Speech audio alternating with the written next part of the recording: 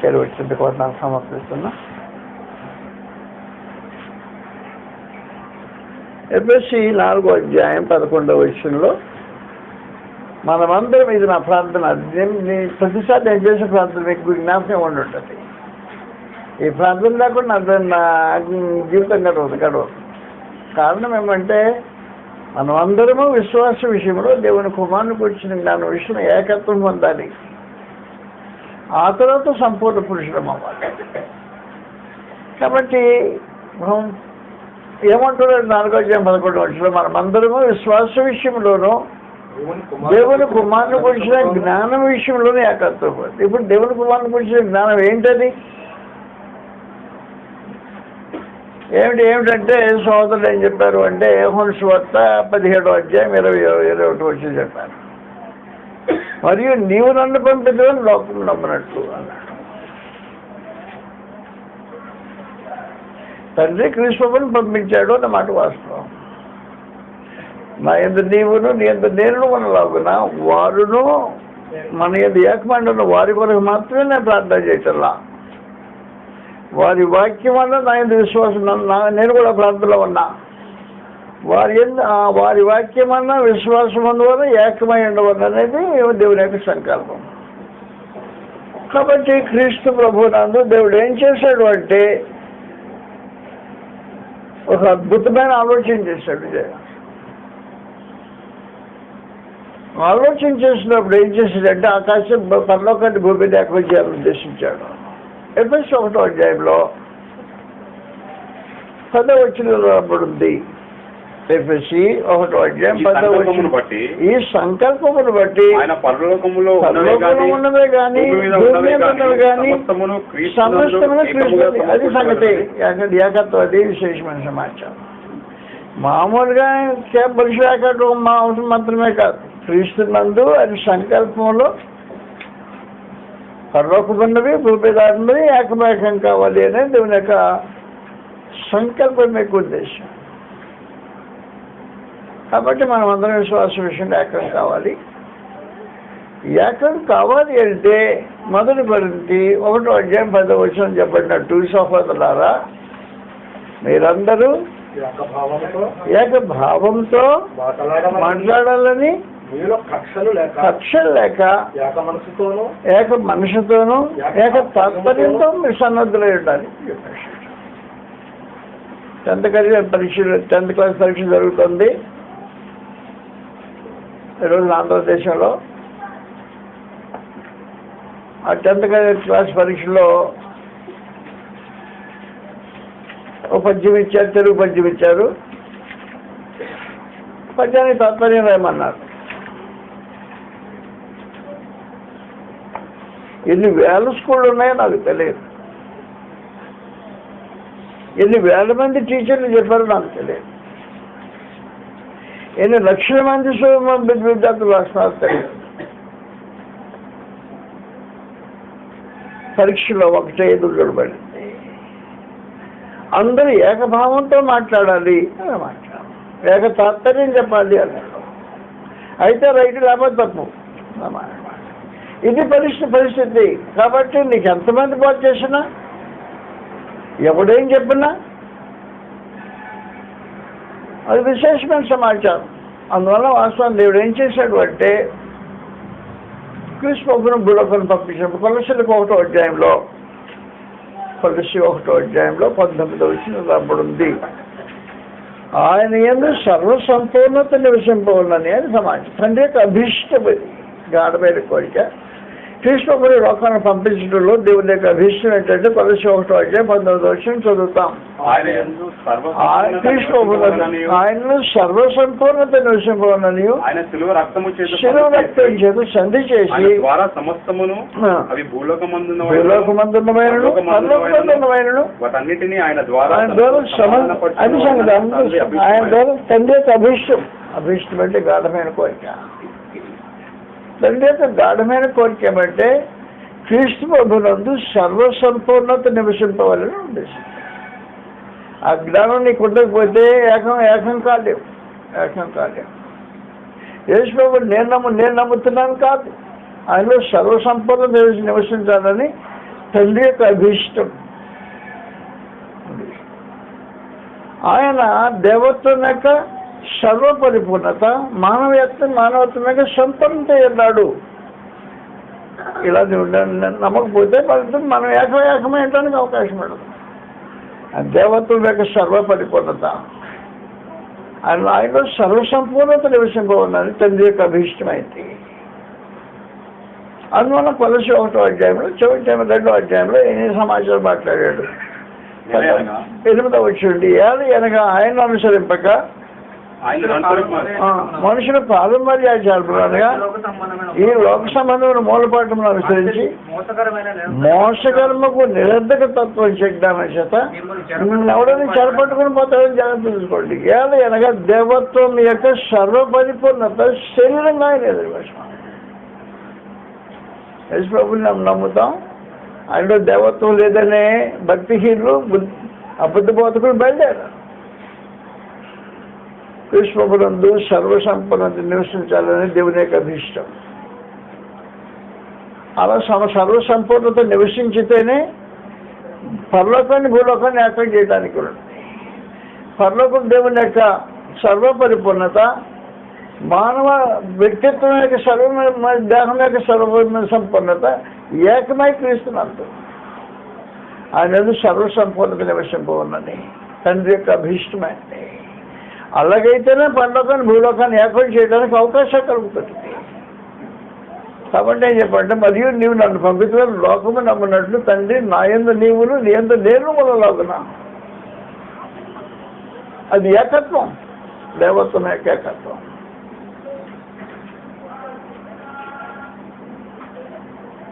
వాడి కొరకు నేను ప్రార్థన చేయటం లేదు. నాకు కావాల్సింది ఏమంటే వారి వాక్యం చెప్తారు, ఏకం కావాలి. ఆ వాక్యం యొక్క విశేషమైన సమాచారం ఉంది. పరమంద దేవుడు ట్రైనింగ్ ప్రిన్సిపల్కి ఇచ్చి మెసేజ్ పంపించి వాక్యాన్ని పంపించాడు ఆయన ద్వారా. యోహాను సువార్త 7వ అధ్యాయం 17వ వచనం రాబడింది. నేను చేయ బోధ నాది కాదు. చదివేసి ఒకసారి. ఎవడైనా ఆయన చిత్తము చొప్పున బోధ దేవుని వలన.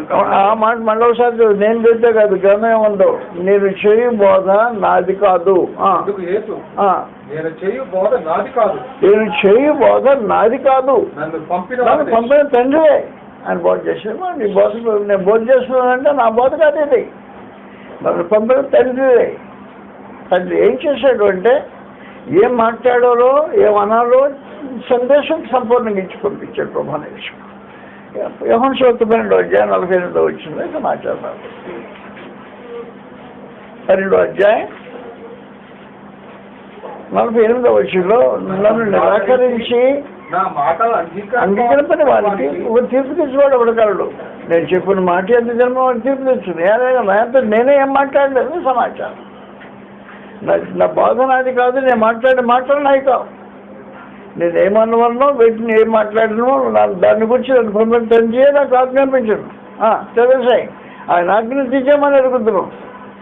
కనుక నేను చెప్పు సంగతులను తండ్రి నాతో చెప్పిన ప్రకారం చెప్తున్నా. సొంతంగా చెప్పటం లేదు, సొంత బోధ చేయలేదు, సొంతంగా మాట్లాడలేదు. ఆయన ఏం చెప్పలేదు చేస్తున్నాను సమాచారం. 17వ అధ్యాయంలో ప్రభాన యేసు ఈ మాటలు మాట్లాడు. 6వ వచనం నుండి 17వ అధ్యాయం 16వ వచనం నుండి ప్రభాన యేసు మాట్లాడుతున్న విశేషమైన సమాచారం ఇది. లోకము నుండి నీవు నాకు అనుగ్రహించిన మనుషుల ఆ రోజున ప్రార్థన చేశాను. ప్రార్థన చేస్తే తెల్లారి కూర్చుంటే మనుషులు శిష్యులు అందరూ వస్తే అలాగూ ఎదుర్కోమని చెప్పి నువ్వు చెప్పాను, నేను చేశాను. లోకం నుంచి నీవు నాకు అనుగ్రహించిన మనుషులు, నేను తెలుసుకున్న మనుషులు కాదు వాళ్ళు అపోస్తలులు. లోకం నుంచి నీవు నాకు అనుగ్రహించిన మనుషులకు నీ వాక్యం అనుగ్రహించున్నాను. నీ దగ్గర తెచ్చిన మెసేజ్ వాళ్ళకి ఇచ్చేసాను. ప్రత్యక్షపరిస్థితిని నీవు నా వారికి నాకు అనుగ్రహించావు. నీ వాక్యాన్ని వాడు గైకున్నారు, నాది కాదు ఇది. నీవు నాకు అనుగ్రహించిన మాటలు నేను వారికి ఇచ్చి ఉన్నాను. మాటలు అక్కడ నేర్చుకున్న మాటలు వాళ్ళకి ఇచ్చి ఉన్నా. వారు ఆ మాటలు అంగీకరించి నేను మీ యొద్ద నుండి బయలుదేరి అది సంగతి, నీ యొద్ద నుంచి వచ్చానని అది సంగతి. మాటలు అగ్నిబంధం తెలుసుకున్నాను, నేను నీ దగ్గర నుంచి వచ్చానని తెలుసుకొని నిజముగా నీవు నన్ను పంపితమని నమ్మిది కనుక నీవు నాకు అనుగ్రహించినవన్నీ నీ వలననే కలిగినవని వారు ఇప్పుడు వదిలిపెట్టేశాను. కాబట్టి ప్రభువైన యేసు పరలోకమందు దేవుని దగ్గర ఏమి విన్నాడో, ఏమి నేర్చుకున్నాడో, ఏం బోధించడానికి ఆదేశించబడ్డాడో వచ్చేసి అపోస్తలులు దేవుడు ఏర్పాటు చేసిన మనుషులకు అప్పుడు సందేశం ఇచ్చేశాడు. ఇచ్చిన సందేశాన్ని మనం మర్చిపోతారేమో అనే ఒక ముందు జాగ్రత్త కొరకు ఏం చేశాడు అంటే యోహాను సువార్త 14వ అధ్యాయం 27-6 వచ్చిన నుండి రాబడి చదువుతాం. 14వ అధ్యాయం 26 వచ్చిన నుండి ఆదరణకర్త తండ్రి నా నామమును పంపబో పరిశుద్ధాత్మ బోధించి నేను మీతో చెప్పిన సంగతులన్నిటినీ మీరు మర్చిపోతానే ఒకడు, అందుకని మర్చిపోయిందని జ్ఞాపకం చేయడానికి. కాబట్టి మర్చిపోయే ఛాన్స్ లేకుండా హీ రూల్డ్ ఇట్ అవుట్, సంపూర్ణంగా రూల్ అవుట్ చేసేసాడు సంపూర్ణంగా. నేను చెప్పింది ఏది మర్చిపోవడానికి ఛాన్స్ లేకుండా, దానికి అవకాశం లేకుండా తీసి పరవేసి నేను చెప్పిన వాటన్నిటినీ మీకు జ్ఞాపకం చేస్తాడు.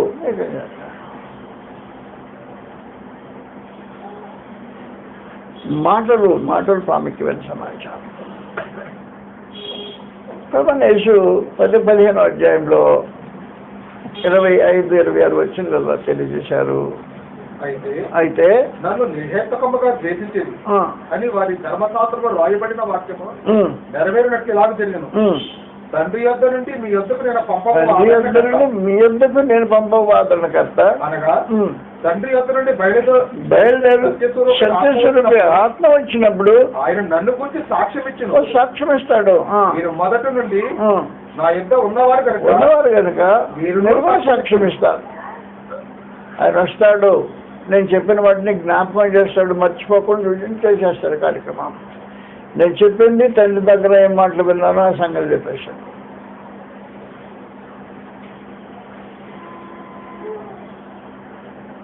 నా లగేజీ డెలివరీ చేసేసి అని చెప్పేసి సమాచారం అయిపోయింది. ఒకవేళ వాటిలో ఏమైనా మర్చిపోతారేమో, మర్చిపోవటానికి ఛాన్స్ లేకుండా పరిశుద్ధాత్మను పంపించేస్తాను. తండ్రి దగ్గర నేర్చుకున్న మరొక వ్యక్తి పరిశుద్ధాత్మ. యోహాను సువార్త 16వ అధ్యాయం 13వ వచనంలో రాబడింది.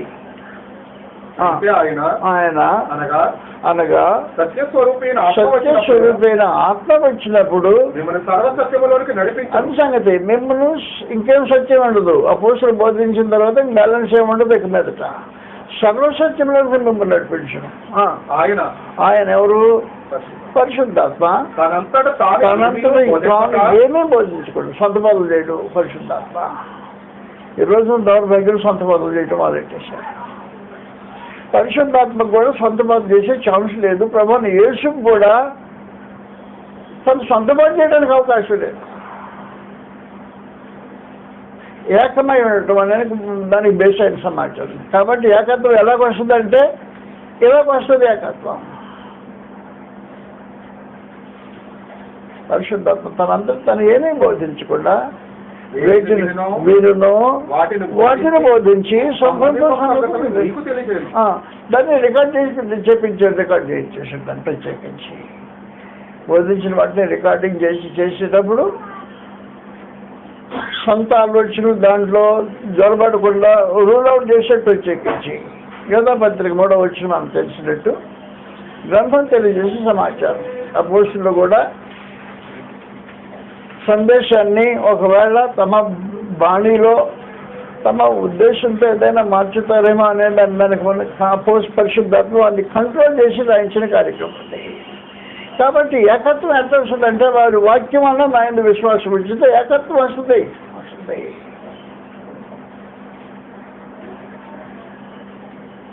ప్రియులారా, మనకందరికీ కలిగే రక్షణను గురించి మీకు మీకు రాయవలని విశేషాశక్తి కలిగి ప్రయత్నపడుతుండగా పరిశుద్ధులకు నా- ఒక్కసారి అప్పగింపబడిన బోధ నిమిత్తం నా ప్రయత్నం సాగల. నేను కూర్చుండి ప్రయత్నం చేస్తున్నా, విశేషమైన ఆసక్తితో ప్రయత్నం చేస్తున్నా, సాగల. పరిశుద్ధాత్మ జోక్యం పెంచుకొని ప్రజలకు సందేశం ఇటు నీదే నాకు ఇష్టం అబ్బాయి అటై అన్నాడు. ఎవడే మాట్లాడటానికి? నీ ఉద్దేశమా? మనకందరి రక్షణ కలిగిన వచ్చి వద్దు. కాబట్టి పరిశుద్ధాత్మ ఏం చేశాడంటే సంపూర్ణంగా నీకు ఇచ్చిన గ్రంథం కంట్రోల్ చేసి ఇవ్వడం పవిత్రమైన గ్రంథం మాస్టర్. దాని ఎందుకు విశ్వాసం ఉంచితే అందువలన సహోదరులు మీరు ఏకభావంతో మాట్లాడండి. గ్రంథం మాట్లాడితే ఏక తాత్పర్యం చెప్పండి, ఏక మనసు కలిగి ఉండండి, ఏకత్వం వస్తుంది. కాబట్టి మనుషులు ఏం కావాలంటే గ్రంథానికి కట్టుబడిన వారై గ్రంథం తెలియజేసే ధోరణిలో విధానంలో సంగతులు తెలియజేయడానికి ఉద్దేశించాల్సిన అవసరం ఉంటుంది. మనమంది చెప్పండి, నా యందు నీవును నీ యందు నేను ఉన్నలాగునా. దేవత్వము క్రీస్తునందు నివసించింది. ఆయన సర్వసంపూర్ణత నివసింపవాలని అప్పుడే పరలోకాన్ని భూమి అర్థం చేయడానికి వీలు కలుగుతుంది. కాబట్టి దేవత్వం సర్వపరిపూర్ణత శరీరంగా క్రీస్తునందు నివాసం చేస్తుంటే దేవత్వం కలిగిన యేసు మానవత్వంలో ఉండేవి. యేసు మానవ సంపూర్ణత అన్నాడు. దేవత్వం యొక్క సర్వపరిపూర్ణత, మానవత్వం సంపూర్ణత అయిన యేసు. కాబట్టి భగవాన్ యేసు ధ్యానంలో రెండు నివసించాయి. సర్వదేవుని యొక్క సర్వసంపద నివసించడానికి ఉద్దేశించబడిన కార్యక్రమం. అందువలన కృష్ణబాబుని కూర్చున్న జ్ఞానం కావాలి అంటే నీకు జాగ్రత్తగా కృష్ణబాబు ఉన్నాడు, దేవుడు నన్ను ఆయన పంపించాడు అంటే సరైనది కాదు. అది ఒక బిట్టు అంతే. విశ్వాస విషయంలో దేవుని కుమారుని జ్ఞానం విషయంలో ఏకత్వం కాకపోతానికి ఒక బిట్టుతో ఏకత్వం కాదు మనుషులు. కాబట్టి కృష్ణబాబుని కూర్చున్న జ్ఞానం విషయంలో ఏకత్వం పొందడానికి కృష్ణబాబుని కూర్చున్న జ్ఞానం దేవుని గ్రంథం ఏమి తెలియజేసిందో దాని అంతటినీ మనం ఏకీభవించాల్సిన అవసరం ఉంటుంది.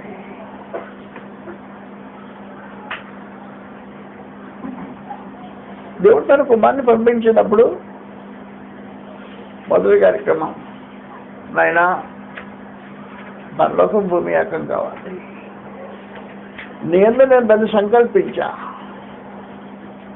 పరలోకం భూమి ఏకం కావాలి.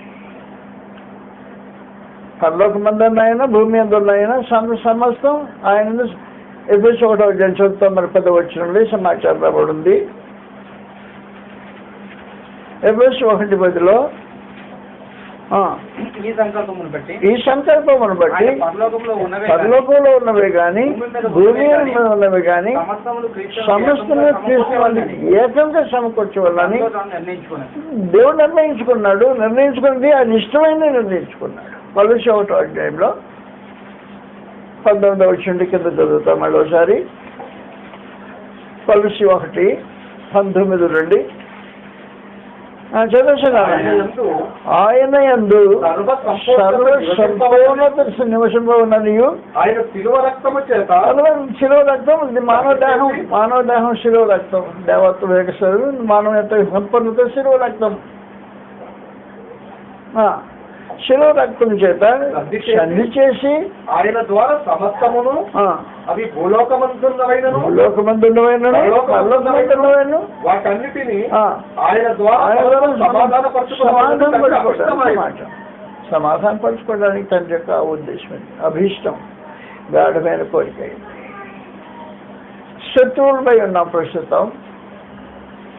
శత్రువులను క్రీస్తు శిలువ మరణం ద్వారా సమాధానపరచుకోవటం తండ్రి యొక్క అభీష్టమే. గాఢమైన కోరిక, అభిష్టం. అందువల్ల వాస్తవానికి ఏం జరుగుతుందంటే లూకాసు వార్త 14:31 చెప్పబడ్డట్టు 20,000 మంది సైన్యంతో ఒక రాజు వస్తున్నాడు యుద్ధానికి. 10,000 మంది సైన్యంతో మరొక రాజు ఉన్నాడు, యుద్ధానికి పోతున్నాడు. ఆ ఇద్దరు యుద్ధభూమిలో కలుసుకోకముందు ఏం చేస్తారు అంటే, యుద్ధభూమిలో కలుసుకుంటే ఏమవుతుంది?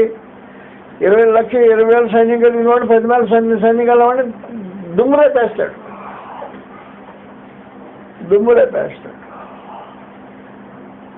కాబట్టి 10,000 సైన్యం కలిగిన వాడు ఏం చేస్తుంటాడంటే, ఆ దుమ్ము రేపేసే పరిస్థితులు కాకుండా ముందుకు వెళ్ళి రాయభారం పంపుతాడు. రాయభారం పంపి అయా సంధి చేసుకున్నాం, యుద్ధం వద్దు, ఏం చేయమంటూ చెప్పు సంధి చేస్తుంది. అందుకని సంధి యొక్క షరతులు మాట్లాడతాడు. బలహీనైన వాడు బలవంతునికి ఎదిగేది భక్తుల దగ్గర. కాబట్టి దేవుని యొక్క గాఢమైన కోరిక ఏం చేసిందంటే, క్రీస్తు ప్రభువునందు ఈ యుద్ధ సందర్భంలో రాయబారం పంపింది దేవుడు. అనేకసార్లు చెప్పారు మీకు మాట. రాయబారం పంపిన వాడు దేవుడు, మహాఘనుడు, మహోన్నతుడు, పరిశుద్ధుడు అనే పరలోక శ్రేణుల భూనివాసుగా తన ఇష్టం చొప్పున జరిగించగలిగిన వాడు మనుషుల దగ్గర రాయబారం పంపించాడు. సంధి చేసుకున్నావురా అన్నాడు. సంధి కుదుర్చుకోవడానికి క్రీస్తు శిలువ మరణాన్ని ఏర్పాటు చేసుకుని పెట్టుకున్నాడు. కాబట్టి కొలస్సీలకు రాసిన మీద 1వ అధ్యాయం మనం చదువుతున్న 11వ వచనం చదువుతున్నాయన 21వ వచనం ఈ సమాచారం. మరియు గత కాలమందు దేవునికి దూరస్తులను మీ దుష్క్రియల వలన మీ మనసులలో విరోధం మిమ్మల్ని కూడా తన సన్నిధిని పరిశుద్ధులుగాను నిర్దోషులుగాను నిరపరాధులుగాను నిలబెట్టుటకు ఆయన అంత సమాచారం అంతవరకు ఆయన నిలబెట్టుటకు ఆయన మాంసయుక్తమైన దేహం, అది మాంసయుక్తమైన దేహం మాంసయుక్తం శరీరం మనిషి మానవ రూపం, అది మాంసయుక్తమైన దేహం. మనం పొందాలంటే మాంసయుక్తమైన దేహం కావాలి. దేవుని యొక్క సంకల్పంలో మాంసయుక్తమైన దేహము క్రీస్తు వారికి అవసరమైంది. ఆయన పరిపూర్ణమైన మానవుడై ఉండడం అవసరమైంది.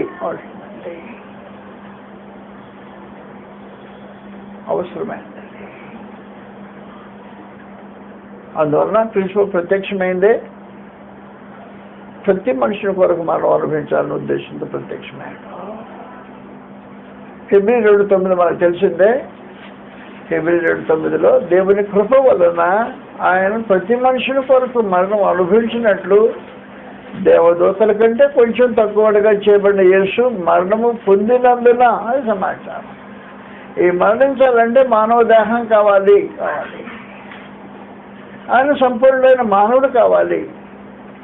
ఈ మానవుడు కావాలంటే రక్త మాంసాలు కావాలి.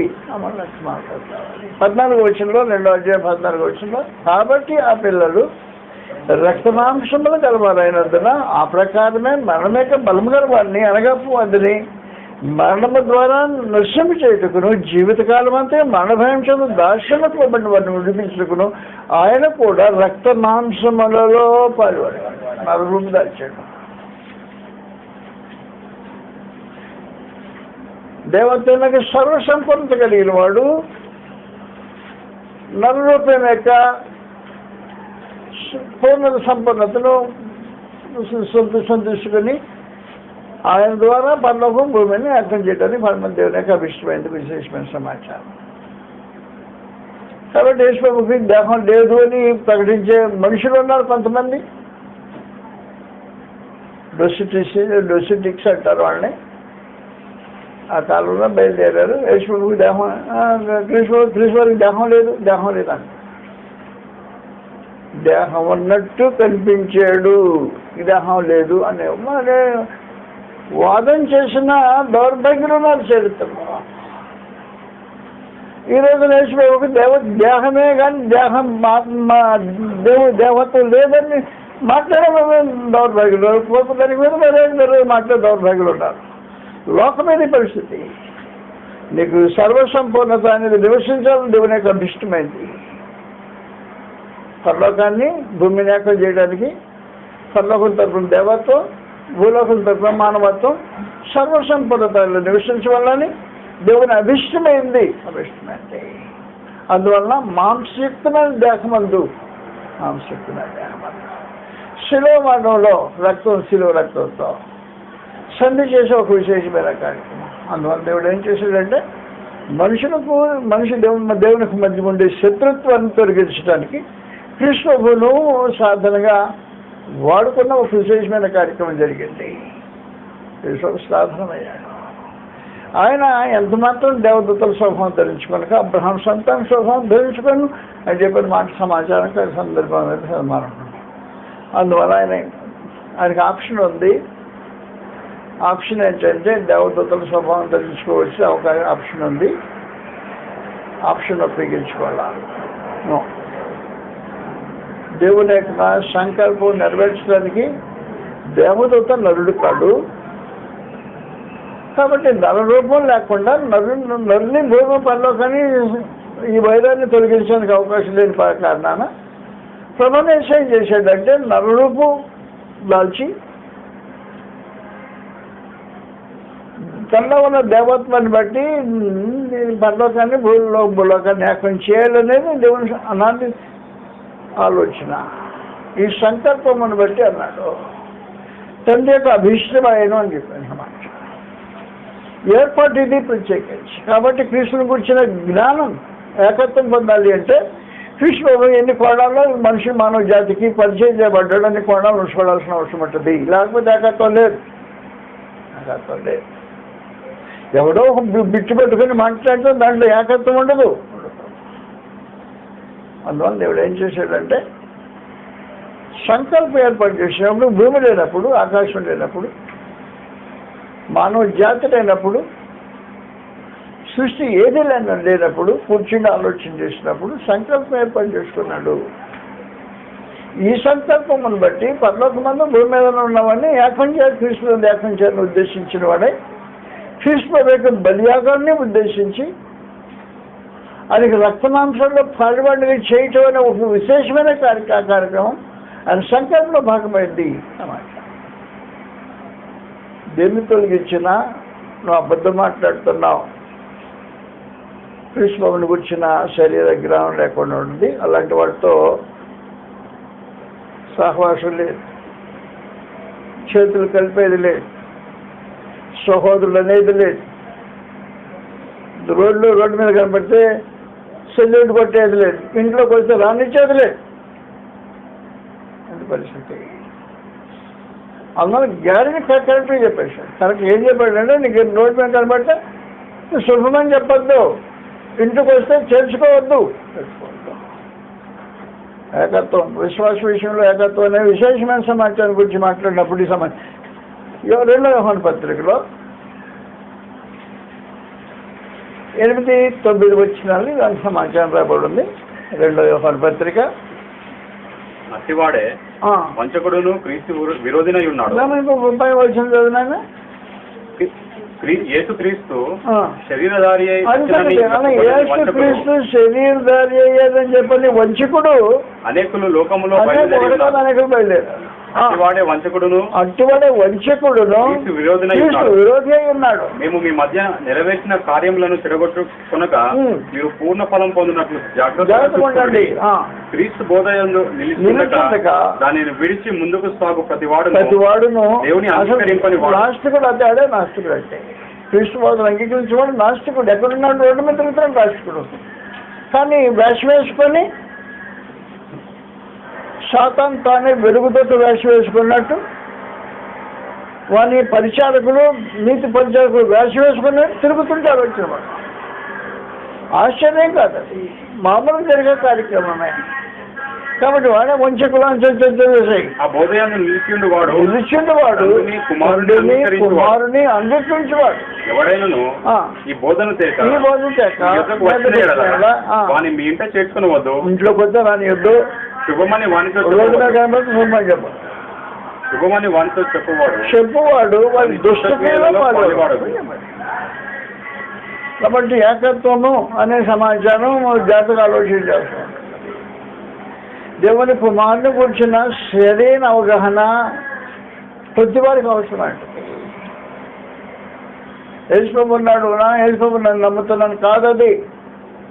ఆ విషయం దాంట్లో ఏకత్వంగా లేదు. యేసు ఏమై ఉన్నాడు? సంకల్పంలో ఎలా బయలుపరచబడ్డాడు సమాచారం. ఆయనలో సర్వసంపూర్ణత నివసింపవున్నానని తండ్రి యొక్క అభిష్టం. పరలోకాన్ని భూలోకాన్ని ఏకం చేయడానికి పరలోకం తరపున దేవత్వం, భూలోకం తరపున నరుడు రెండు కలిసి ఏకమైతే ఆయన ఎన్ని కార్యక్రమం సాధ్యమవుతుంది. కాబట్టి దేవుని తండ్రి యొక్క అభిష్టం ఆయన కాబట్టి ఆయన రక్త మాంసంలో పాల్పడగా చేశాడు అన్నాడు. అందరూ పరిశుద్ధాత్మ వచ్చాడు. పరిశుద్ధాత్మ వచ్చాడు, సొంత బోధ చేయడు. మన ఏం చెప్పాడంటే నీ యందు నేనును నా యందు నీవును ఉన్నలాగునా. మనం ఏకమై ఉన్నాం. నా యందు నీవు ఉన్నావు, నీ యందు నేను ఉన్నా. మేము ఏమైనా విశేషమైన ప్రయోగం జరిగింది. కాబట్టి గంధం 15వ అధ్యాయం యోహాను సువార్తలో 22వ వచనం నుండి సమానేషి మాట్లాడుకుంటే పదప్రయోగం చేయడం జరిగేసింది. ఆ చదివేసినాను. మనము ఏకమయ్యలాగున వారిని ఏకమై ఉండవన్నని నామయమును వారికి ఇచ్చుతున్నా. వారి యందు నేనును నా యందు నీవును ఉండటం వలన సంపూర్ణంగా చేయబడి ఏకముగా ఉన్నందున నీవు నన్ను పంచుటవనియు నీవు నన్ను ప్రేమించినట్టే వారిని కూడా ప్రేమించటవనియు లోకం తెలుసుకున్నట్లు నాకు అనుగ్రహించిన మహిమను వారికి ఇచ్చింది. తండ్రి నేనెక్కడ ఉందునో అక్కడ నీవు నాకు అనుగ్రహించిన వారు నాతో కూడా ఉండవాలని మంచి వర్షం దాటిపోయాను నేను. మేము 15వ అధ్యాయంలో మేము వచ్చి వాళ్ళలో ఉంటామనే ఒక విశేషమైన పదం ప్రభాని యేసు ఉపయోగించిన సమాచారం చూస్తే ఒకసారి 22వ వచనం మరోసారి చదువునానా. అదే నాయన నేను చెప్పాను 14 తప్పు చెప్పేసాను. 14వ అధ్యాయం తప్పు చెప్పాను. అధ్యాయం 14వ అధ్యాయం 22వ వచనం. కమ్మటలేదు కానీ యూదా, ప్రభువా నీవు లోకమునకు కాక మాకు మాత్రమే నిన్ను నీవు కనపరచుకుంటకేమి సంభవించినాడు కదా. యేసు ఒకడు నన్ను ప్రేమించిన ఎలా వాడు నా మాట గైకొనును. అప్పుడు నా తండ్రి వాణిని ప్రేమించును. మేము వాని యొద్దకు వచ్చి ఎవరు వచ్చి మేము నేను నా తండ్రి మేము వాని యొద్దకు వచ్చి వాని యొద్ద నివాసం చేస్తాము. సభనేసి అబద్ధం ఆడాడంటే నేనేం చెప్పలేను. ఇది గమనం చెప్పే సమాచారం ప్రత్యేకించి మన జాగ్రత్త గుర్తుపెట్టుకోవాల్సిన అవసరం ఉంది. దేవుని కుమారుని గురించిన జ్ఞాన విషయంలో మనం ఏకత్వం మద్దతు బేసిక్ ప్రిన్సిపల్. లేకపోతే సహవాసమే లేదు.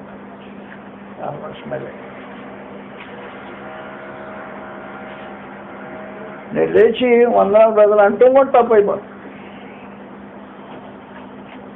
శ్వాస విషయంలో దేవుని కుమారుని గురించిన జ్ఞాన విషయంలో ఏకత్వం బట్టి ఆతరంతో సంపూర్ణ పురుషులు పోవాలి. అందువల్ల విసిగించితే క్షమించండి. పరిస్థితి ఇది అవసరం సమాచారం. ప్రభువైన యేసు తన సందేశాన్ని పరలోకం నుంచి తెచ్చాడు. తండ్రి ఇచ్చాడు. వారికి ఇచ్చాయి అన్నాడు. ఎవరికి ఇచ్చేయమంటే నేను ఎన్నుకుంటాను వాళ్ళని. నువ్వు ప్రార్థన చేసి శిష్యుని కూర్చేటప్పటికి 12 మందిని ప్రత్యేకించబడిన ఈ వీళ్ళు అన్నాడు. నీవు వారిని నాకు ఇచ్చి ఉన్నావు. నేను తీసుకోవాలి ఇష్టపూర్వకంగా. ప్రభువైన యేసు ఇష్టపూర్వకంగా తీసుకోవటం అయితే వాడి మధ్యలో ఇసుకరిగితే అవాయిడ్ చేసేవాడే. ఆయన వద్దు మాలో అనేవాడు. ఆ గ్రూపులో అతను ఉండటానికి ఈ ప్రభాని ఇష్టం శరీరంలో దీన్ని దరి అయినప్పుడు ఆయన ఉండడానికి ఇష్టపడకపోవచ్చు, కానీ తీసుకున్నాడు. ఈ 12 మంది పెద్ద విశ్వాసులేం కాదు వాస్తవం. ఒకడు ఉగ్రవాది, ఒకడు సందేహవాది, ఒకడు అప్పగించేవాది, ఒకడు మెత్తవాదులు అతివాదులు గోల్డెన్ బ్యాచ్లో అందరినీ దగ్గర పెట్టుకొని నీట్గా తీర్చిదిద్దటంలో ప్రభావం చూపించిన దేవత్వం అది కనిపించిన విశేషమైన సమాచారం వారి మధ్యలో తేటగా తెలియబడుతుంది. అందువలన దేవుని కుమారుని గురించిన జ్ఞాన విషయంలో మనం ఏకత్వం పొందడం వల్ల అవసరమైన సమాచారం. ఈ సమాచారం దేన్ని బట్టి రైట్ అవుతుందంటే గ్రంథాన్ని బట్టి గ్రంథం అనే మాట్లాడాడో మాటలు అపోస్తులు తీసుకున్నారు. అపోస్తులు తీసుకున్నప్పుడు మత్తయి సువార్త 10వ అధ్యాయం 42వ వచనంలో ఈ సమాచారం రాబడి చదువుతాం. మత్తయి సువార్త 10వ అధ్యాయం 42వ వచనం. రైట్ చదువుతాను ఒకసారి. మరియు శిష్యుడని ఎవడు ఈ చిన్నవారిలో ఒక గిన్నెడు సన్నీళ్లు మాత్రం తాగనిచ్చును. నేను తప్పు చెప్పాను, వచ్చిన తప్పు చెప్పాను, బైబిల్ పెట్టినాను. ఒకసారి నేను చాలా తప్పు చెప్తున్నాను, మీకు అర్థమవుతుంది. ఇప్పుడు వచ్చిన తప్పు చెప్పేస్తున్నాను కదా. ఒకసారి మిమ్మల్ని చేర్చుకునేవాడు నన్ను చేర్చుకొనను. ఎన్నో వచ్చిన 40 వచ్చిన 42 మిమ్మల్ని చేర్చుకునేవాడు మిమ్మల్ని చేర్చుకున్నవాడు నన్ను చేర్చుకున్నాడు, నన్ను చేర్చుకున్నవాడు నన్ను పంపాను అంతే. అది సమాచారం. మిమ్మల్ని చేర్చుకున్నవాడు మీలో పరిశుద్ధాత్మ ఉన్నాడు, పరిశుద్ధాత్మ మీలో ఉండి పనిచేస్తున్నాడు. కాబట్టి మిమ్మల్ని చేర్చుకునేవాడు పరిశుద్ధాత్మ సందేశాన్ని చేర్చుకునేవాడు నన్ను చేర్చుకునేవాడు అవుతాడు. నన్ను చేర్చుకున్నవాడు సందేశం ఇచ్చేది మా ఆయన చేర్చుకునేవాడు. మనం ఏకమైందులా విడులాగునా. కాబట్టి ఈ ఏకత్వం అనే సందేశం గంటల్లో ముగించేది కాదు. కాబట్టి నన్ను క్షమించండి.